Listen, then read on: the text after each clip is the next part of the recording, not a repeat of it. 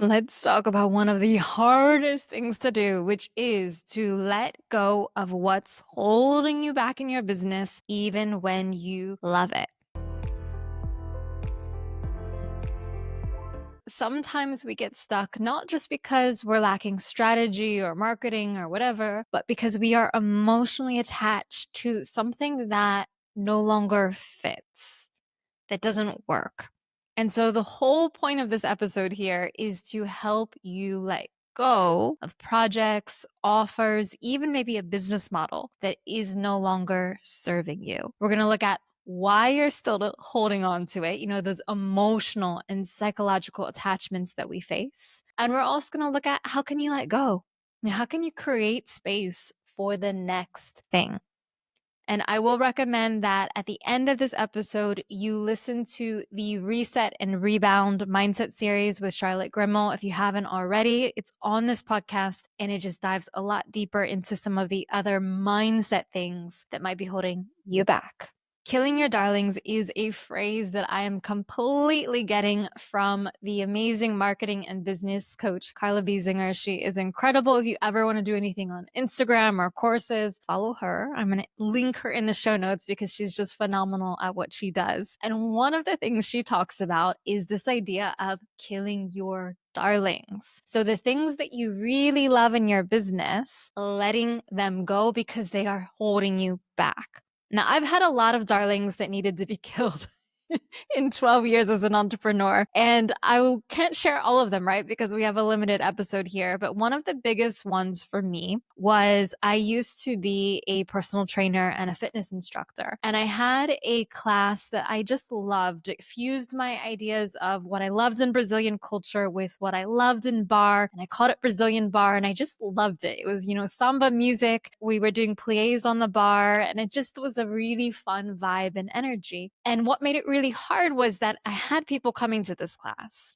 but I wasn't able to expand it. No gyms were interested in this concept. It was a little too boutique. I didn't have the resources or really the will, if I'm being honest, to open a separate studio for it. And so I had this idea that I really loved, but I was spending so much energy on the marketing of it. And I was also taking a hit financially on it because I was often offering promotional pricing just to fill those spaces. And I remember feeling frustrated because I love this idea. You might have had this too. Like, you love the idea. And maybe you even feel that there's some proof that it's working, like I did. I had people showing up. I had people who came from day one to, I think I did this class for a year and a half. And I remember after a year and a half, what got to me wasn't actually the stuff I'm going to share with you, which would have saved me so much headache and frustration. What finally got me to start thinking about stopping this was in the next door studio that I was renting from, there was a spin instructor, and he was so loud and he just blasted his music, and he never ever listened when I just said, please, a little bit lighter. So, we were trying to do our cool down, for example, to this nice bossa nova beats, and he's just blamming Rihanna or Britney Spears. And while I would have loved to be in that spin class, it wasn't fun to teach next to it. And so I started dreading every week small details like this, dealing with the sound, dealing with the setup. And the more I thought about it, the more I realized I'm not actually getting much return on this. And it's requiring a lot of my headspace, not just my physical time. So if I let this go, what could I do instead? And that was not an easy question. This was probably the second or third time in a decade that I started crying on a bus. I was on the big red double-decker London ones, coming back from this class, crying my eyes out, all these, English people feeling awkward watching the American girl have a meltdown. And I just was crying because I knew I had to let it go. I knew I had to let it go. And it was really hard because of a lot of the stuff we're going to talk about here, including feeling like I failed by giving up. Feeling like it was giving up, I think, is really the first thing anyway. So I would invite you to think about right now, what are you holding on to in your business because it feels safe or familiar or because you love it, but honestly, it's not working? Because this is the space we need to free up to help you grow. Now, I'm also going to mention here, you definitely want to listen to that mindset series that is on this podcast after this episode. But if you're also feeling really stuck about what would I do if I didn't do this darling that I need to kill. I have this 17 ideas to get clients without ads or Instagram. It is a free download on the Her First 3 Years website. And that can help kind of give you some inspiration. So if you're feeling stuck and you think, I want to let this go, but I don't know what I would do instead, have a look at that. And I want to leave you with a question here before we continue. You're probably already thinking about it. Why are you holding on to this thing, this offer, this model, this service? This is that emotional attachment trap that we fall into. Now, I told you I had a lot of darlings in my life that needed to be killed. And one of the ones about 5 or 6 years ago that I had that was probably one of even harder than the one I told you before. In 2019, I spent a lot of money on a business program and a coach to create something called the Rio Project. Spent 6 months creating this. It was a 12-week program all about wellness and nutrition and just a full 360 support for women to feel better in their bodies and their minds. I did all of the suggested marketing for it, had the workshop, had calls, sales calls, and in the end, no one bought it. That felt depleting. And instead of looking at what I was doing wrong, or even maybe looking at did people even want such a all-inclusive type service, I just kept trying to push it because I had spent so much time developing it and so much money on this coaching program. That was a darling that really needed to be kind of rejigged or thrown out a lot sooner. I'm still grateful that I created it because in the end, I did use parts of it to help people in a different way, but I really did hold on to it longer than I should have. And what we find is this. In psychology, everyone has a different attachment style that helps us understand how do we form emotional bonds to people. This also exists in business. In business, we form attachments to offers, to products, to routines, even to our identities. And by understanding what is your business attachment style, you can start to let go of some of the things that are holding you back. We'll go into what yours might be. Let's first look at some reasons why you might be holding on to your darling. So think about what some of those darlings are first. The first reason is what I explained happened to me with this Rio project. I had a creative bias. I'd spent so much effort and so much emotion into this product that made it harder for me to let it go. I really believed so much into it. And the more I put into it, the more I couldn't understand why people wouldn't want it.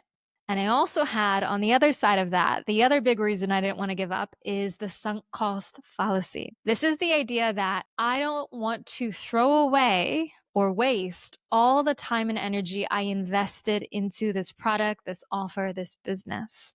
And of course, we end up sinking more time and more effort and more money. And the story that comes to my mind about this is I went away with my husband in April and another year to Spain. We wanted to leave rainy London where we were living at the time. And so let's go to southern Spain. I think there's 10 days of rain a year. It's probably slightly more, but not a lot. That 4 or 5 days we were there, if you looked at a map, it was unbelievable. If you looked at a map of Europe and the UK, you would see sun everywhere except for in the tiny town where we were staying, which was torrential rain.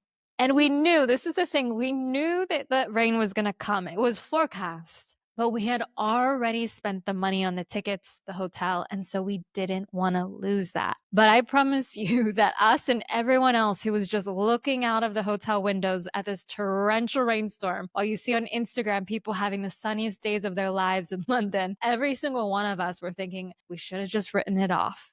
Even on the plane, half the people didn't show up. So sunk cost keeps us stuck and we keep sinking further. There's also, this is a little bit less common, but you might find yourself in this case, a fear of being inconsistent. Maybe you tend to give up things a lot or start over frequently. And so you don't want to not be consistent. You don't want to let another thing go. And you're finding it very difficult to know when to let go. We'll talk about that in a bit to help you. You might also have guilt over a past investment, the time, the energy, the money you spent into something only to see it fail or not succeed. And so you don't want to repeat that. As long as you keep working on something, as long as you keep holding your darling, as long as it's alive, you technically have not failed in your mind. There's also the trap of the potential. So this is hard because this is where you think, well, it's almost there, and it keeps draining your energy. I said this about this Brazilian bar program for a year and a half. It's almost there. In tech, they fall into this a lot. My startup is almost there. And again, the hard part is differentiating. Is it really almost there? Or do you need to pivot or throw it away? Do you need to kill that darling? And the last thing is external validation. And I think this is probably the big one that stops most of us from quitting something we know we should quit. When we're doing something that we think should work, or people have told us it should, in the case of my Rio project that my business coach said would work, we don't really look at, is it aligned? And if I had looked at that a little bit deeper, that Rio project, I would have seen that actually I don't want to be involved in every single space of well-being. There are certain areas that I could have helped more. If I would have stepped back, I would have said, okay, maybe this is not the right thing for you to be doing. But I wanted that validation. And I also wanted it to launch and be successful, and me to be able to say, yeah, I had a great idea. But all of these reasons, the biggest thing that stops you and really gets in your way is that they become distractions. Your darlings, your good ideas, pull you away from great ones. They stop you from putting in energy into something which could be so much more aligned and so much more successful. We want to be able to look at, is this something that is just a good or an okay idea that is stopping me from something more? This is where we talk about entrepreneurial attachment styles, and we'll see if you can identify yours, because we stay in relationships with offers and services the same way we stay in relationships with people, even when we shouldn't. See which one of these kind of maybe makes you think about what your attachment style is. Anxious attachment, which you might recognize from relationships, is in business, you are constantly tweaking, you are relaunching, you are over providing an offer that is just not converting. And you keep thinking, if I do more, people will see the value. This is 100% my attachment style in business. It's ironically not in relationships, but in business, this is me. If I can just make it a little bit better, people will love it. Next, we have the avoidant. The avoidant is avoiding making a decision, putting off launching, refusing to look at what's not working, doing that analysis. Your mindset is, I don't want to deal with this right now, or I don't have time to deal with this, whatever. You keep coming up with a reason to not really look at what's not working for you. And then lastly, we have the secure attachment in business. This is where you can objectively look at your offer. You don't have the emotional tie to it. You know when to pivot, and you trust in the value that you bring. Overall, this is the biggest thing. Do you trust the value that you bring? So you can say something like, this isn't aligned anymore. People don't necessarily want this, and that's okay. And this is what has taken me years to get to. And even when I put out new offers, I will always start in the anxious attachment style into this secure one. So it's not to say that we always are in this secure, ideal way of dealing with our business, but the goal is to get there after that initial reaction. So we want you to think about this right now. These are questions you can pause me and think about. You can maybe go back to this section and do a little voice memo to yourself and listen to your words. I often find that can be even better than journaling. These 3 questions. What offer or idea am I trying to prove still has value? Where am I avoiding clarity? Because it might mean starting over. This has been me so many times. Where in my business, on the other hand, do I feel emotionally secure and clear right now? What part of your business do you actually feel really good in? And the reason I ask you this question is because you can use that to identify where you feel insecure and try to focus on transitioning that out. The action task for this little part here of the episode is this. Name your current business attachment style for one part of your business. This could be your content, your offers, your messaging. Name it and ask, what would secure alignment look like here instead? So for example, if I went back to the Rio project, I would have said, okay, if I was secure in this, I could admit that people don't want it this way. And I need to go back and ask them what they do need. I need to start over. And it doesn't mean that anything's wrong with me. It doesn't mean that people don't want to work with me. It just means the way that I am communicating, messaging, creating is not what they want. So for you, what would the secure alignment look like? And I'd also really love to know, like, is anybody else out there a anxious attachment style person in their business? Let me know on Instagram. My Instagram is Sade Royale. You can even share it on your stories because I think this is a really helpful thing. And tag me, Sade Royale. I think this is a helpful thing for people to see because we all have it. We all got to work through it. Now, the last part of this episode is the beauty of the blank page, making space for something better. In order to make space for something better, we need to know when is it time to let it go. One of the darlings that I had to let go was I was teaching classes in studios. And I was doing this in addition to building my brand, my fitness and wellness brand online. I loved teaching the studios because it was in-person interaction. Obviously, it was money. I was starting to do very well. And I liked the whole act of creating the music and being in person with people. I just really loved it. But if I was honest, all the time I spent commuting to these studios, creating programs for them, completely took time away from my business. And I would say I spent a good 4 to 5 years held back because I was investing all my time in classes for other businesses that were not even mine. That is something that I needed to let go. And so when COVID hit, that's how long it took me to do this, I decided that even when we went back to normal life, I was not going to do these studios anymore. I made that decision before I had created anything else. And that led to this podcast and my Feel Good Naked one. It led to a lot of growth in terms of online business stuff. And yes, I had to let go of some things that I really loved, a lot more of that in-person work. But ultimately, it freed up my lifestyle for more things.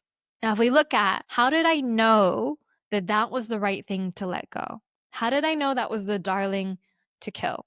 First thing is, we have too many tabs open. This might be you. Do you feel like the mental load you have from one or more things, which are not really your essential business, are leading to unfinished offers, half-finished ideas? Is there something that is stopping you from really developing those ideas? Because when you have more white space in your business, you can create more. When you're cluttered, you can't. I was trying to keep track of all these timetables for these classes and the commute and getting substitutes if I needed it. It was just a lot of mental clutter. Your clarity comes from cutting these things out. So your best ideas are not going to come when you add more things. And I am a creator. I like coming up with lots of ideas, but I recognize that it's about choosing small things. And a lot of times it's about subtracting. Because when you're not scrambling to get the next idea or the next one or juggle 5 or 10 or something that just is sucking your energy, you have more energy to create. The next thing to look at is this darling that I have, is it a delayed payoff or is it a dead project? Is it something that needs more time? If I'm honest, does it need more time? Or is it something I need to let go? Here are 3 ways to know. 1, you're forcing it more than flowing with it. 2, it gets attention, but not conversions. So likes, comments, but no one's buying. 3, you feel drained. You're not lit up every time you promote it. These are 3 signs that it is time to cut that project, let it go, versus waiting for it to actually show up and give you success. If at this point you think, okay, I hear you, Sade. I know what I need to let go. I understand why I'm doing it. I know my attachment style, but it's going to be hard. Yes. And this is where I invite you to have some creative grieving. It's okay to give yourself actual time to mourn what you're letting go. I cried so hard when I let go of that Brazilian bar class. And then I cried again every email I had to send to my regulars saying we weren't going to do it anymore. Once you've had that time, then ask yourself, what am I gaining by releasing this? Maybe even during that process, because we often think about what we're losing. I'm losing my regulars. I'm losing the great feeling I have with this offer. I'm losing the vision I had with it.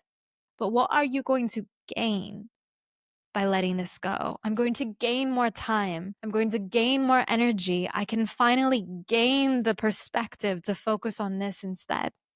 And then think about it like this. You are not giving up. You are strategically quitting. It is a bold, conscious business move. It's not a decision that, oh, I just can't cut it anymore.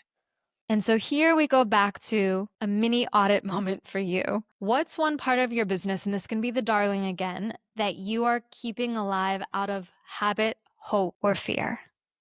And finish these sentences. If I let this go, I'm afraid that.